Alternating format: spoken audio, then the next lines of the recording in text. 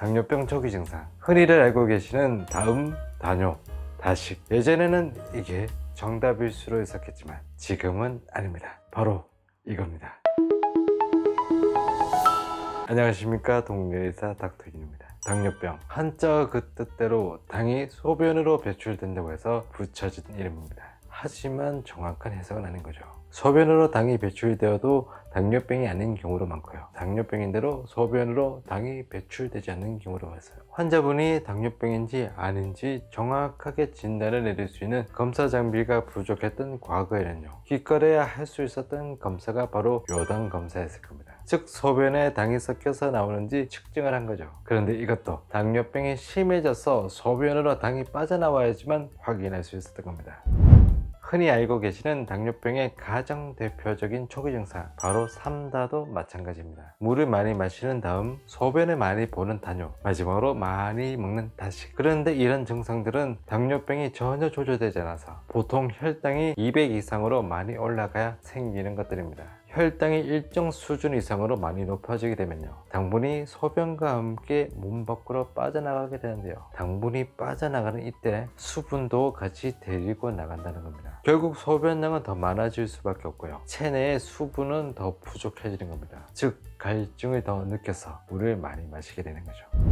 당화혈색소 기준으로 6.5 이상을 당뇨병이라고 진단을 하는데요, 보시다시피 평균 혈당이 200 이상으로 넘어간다는 것은 당뇨병 진단 기준을 훨씬 더 넘어선 겁니다. 따라서 이런 3다 증상은 당뇨병 초기에 나타날 수 있는 증상들이 아니라는 거죠. 고혈압, 고지혈증 같은 이런 만성 질환들처럼 당뇨병도요, 초기에 진단을 받고 관리를 하시는 게 예후가 더 좋은데요, 하지만 이런 3다 증상 같은 것들은 당뇨병 초기에는 거의 나타나지 않는다는 점. 그렇다면 당뇨병 초기에 나타날 수 있는 증상들 뭐가 있을까요? 아쉽게도 다른 만성 질환들처럼 당뇨병 초기에는 별다른 증상들이 없다는 겁니다. 하지만 다음과 같은 경우라면 당뇨병 검사를 한번 해보시는 것을 저는 추천드립니다. 첫 번째, 피로입니다. 당뇨병 환자들은 쉽게 피로를 느끼는데요, 우리 몸 채소 구성단위인 이 세포들이 일을 하기 위해서는 에너지가 필요하죠. 바로 포도당이 그 역할을 하는 겁니다. 즉 세포들이 일을 하도록 하는 땔감인 거죠. 그런데 이 포도당이 세포 속으로 들어가서 일을 하기 위해서는요, 인슐린이라는 호르몬의 도움이 필요합니다. 문제는 당뇨병인 경우 이 인슐린이 제대로 일을 못한다거나 부족하다는 겁니다. 그래서 세포들이 에너지가 부족해서 일을 제대로 못하는 상황, 즉 피로가 발생하는 겁니다. 게다가 당뇨병 환자들은 정상인들에 비해 젖산이라는 피로 물질이 많이 분비가 되고요, 그것들이 이 근육에 쌓이게 됩니다. 하루 종일 피곤하고 심지어 전날 밤에도 푹 잠도 잘 자는데 항상 피곤하시다면 당뇨병이 그 원인일 수 있는 겁니다. 두 번째, 뱃살이 찌기 시작합니다. 여러분의 몸무게가 늘고 있다면요, 그건 당뇨병이 조금씩 여러분 곁으로 다가오는 것일 수 있습니다. 이건 아마 어떤 혈액 검사보다도 더 빠르고 더 정확할 겁니다. 당뇨병 환자들에게서 보이는 높은 혈당 수치, 이건 포도당의 에너지 대사를 관리하는 이 인슐린이 제대로 일을 하지 않는다는 것을 의미하는데요, 즉 인슐린 저항성이라고 부릅니다. 그런데 이 인슐린 저항성이 나타나게 하는 원인, 바로 지방세포입니다. 즉 여러분께서 살이 찌면서 만들어진 지방세포라는 겁니다. 늘어난 뱃살이 인슐린 저항성을 부르고요, 결국 당뇨병으로 이어지게 되는 겁니다. 여러분의 뱃살, 당뇨병의 첫 신호가 되는 거죠.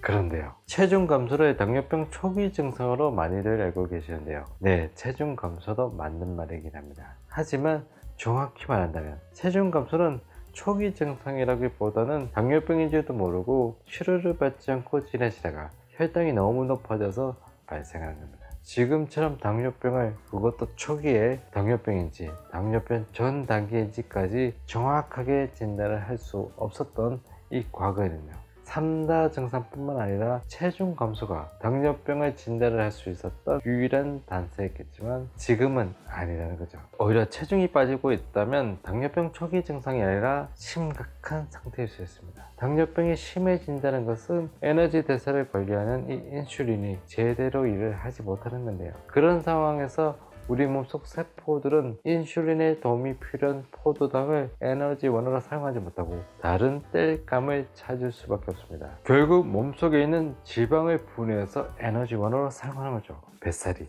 빠지게 되는 겁니다. 혈관 속에 당분들은 넘쳐나고 있는데 정작 세포들은 먹을 것이 없어서 할 수 없이 자기 살을 깎아먹는 꼴인 겁니다.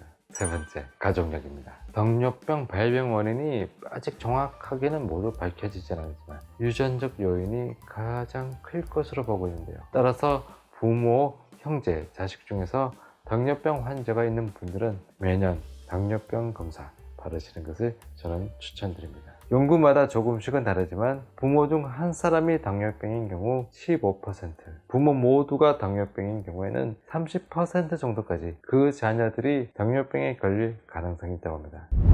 정리를 하면요, 당뇨병 가족력이 있거나 최근 들어 뱃살이 조금씩 늘어나고 있다면 당뇨병이 한 발짝 한 발짝 여러분 곁으로 다가오고 있다는 겁니다. 다른 만성질환들처럼 증상이 심해지고 합병증이 생기기 전에 미리 예방하는 것이 더 중요합니다. 즉 당뇨병의 골든타임, 당뇨병이 시작되기 전 당뇨병 전 단계에서 발견하는 것이 매우 중요하다는 것이죠. 따라서 증상이 나타나기 전 미리 확인할 수 있는 건강검진, 40세 이상 우리나라 국민이면 누구나 무료로 받을 수 있는 국가검진, 귀찮다고 바쁘다고 그냥 넘기지는 마시기 바랍니다. 시청해 주셔서 감사합니다.